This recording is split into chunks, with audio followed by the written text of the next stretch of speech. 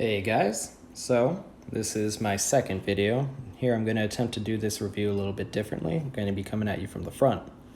Now, I want to go ahead and give you guys a quick update on what I plan on doing. These are a lot of my personal flashlights. You guys should, if you've seen my last video, already recognize this one, the Lumentop B01. I'm going to go through all these flashlights, not necessarily in this order, but if you're going to put them in order, put them in, an ascending order. Otherwise, it just looks dumb. So I'm going to be going ahead and going through all of these lights and telling you guys what I like, what I don't like, what the pros and cons are, and hopefully answering some questions you guys might have on whether you should buy these lights. Is this a reliable flashlight?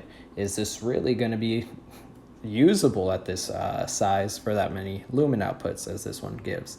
Is this really going to be something I want to carry with me all the time? What's the point of having this if I'm going to have a pocket flashlight already? Why have this on my keychain?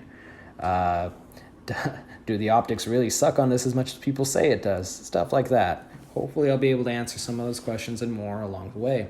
That being said, let's go ahead and get started on our first review. We're just going to be right here. Now, what do I like about this flashlight? Well, I really like its size.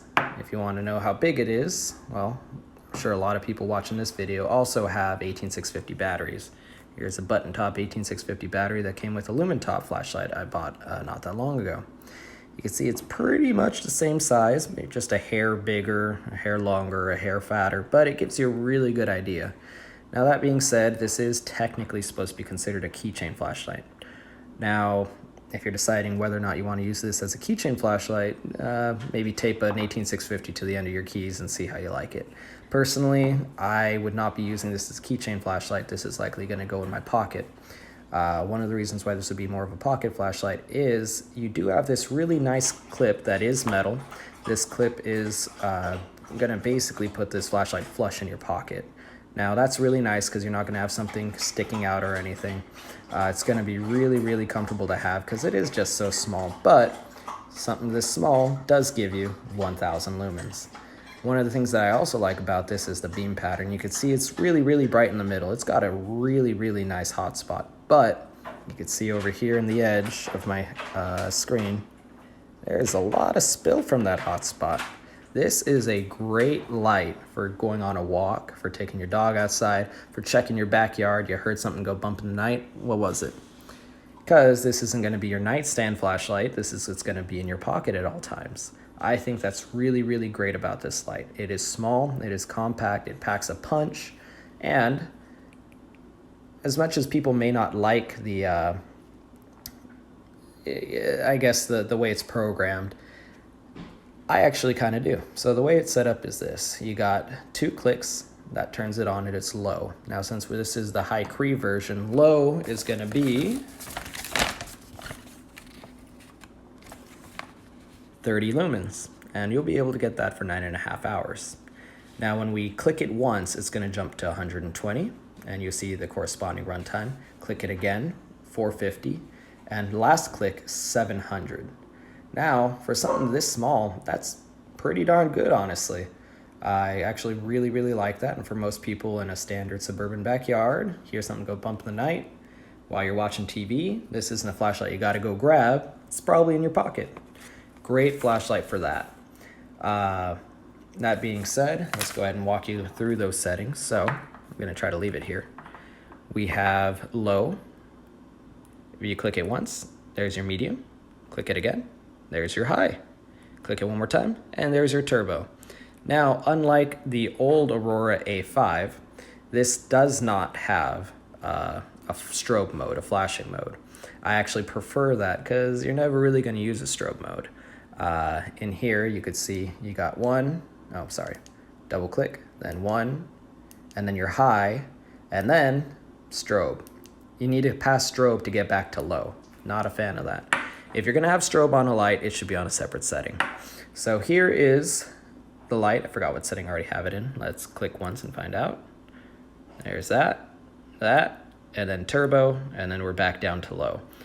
Like that there's no strobe. I really, really like, again, I cannot emphasize enough, I like the beam pattern on this. That hot spot, even on low, you could see it super precise, super pronounced.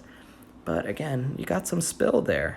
You got some spill going out from it, and I really like that. If you're going to be looking for something that you dropped, you don't want to be staring at a hot spot. You want to be staring at something that's nice and spread out. That being said, the hot spot is great and the spill is great. I think this is just a great beam. Now, something I don't like, something that I wish it had. If you're going to be making something this small, you got to be able to put a reversible clip on it. This would be great on a hat. This would be a great hands-free flashlight for when you're doing something in the dark or when you're trying to work on something in a dark place. But no magnetic tail cap, no reversible clip, and actually you can. They have that flattened out there, so that's nice. You can tail stand it, but if you want to be able to magnetize it to something while you're working, or you want to put it on the end of your cap, so that way everywhere you look you could see. It doesn't do that. I think when you're dealing with something this small, it just makes sense to do that. Great example of that would be the tup. Not much smaller. It is a little wider though, but this clip, you can. Now granted, you do always have to carry lens up if you are going to be using this in a pocket, but technically this is also a keychain flashlight, so you're not going to be pocket carrying. Unless you really just hate something this big on your keychain. That being said though, comparing this to the tup, yeah, I'd take this all day. Ultimately, I'd sacrifice the fact that I'm not going to be able to wear it on my cap. This isn't going to be a work flashlight. This isn't going to be something I'm doing maintenance with. This is just a good flashlight that's going to give you good color rendering. That's going to give you the ability to see, honestly, very far away. And it's going to give you the ability to find things when you drop something. What more could you ask for? Lots of power, good size, really good run times, and ultimately, it's a great light. So that being said, if anybody has any comments or questions down below, please feel free. If you have any suggestions on how I can make these videos better or how I can improve my presentation, please go ahead. I'm looking forward to growing and learning how to do this more. All right, thanks.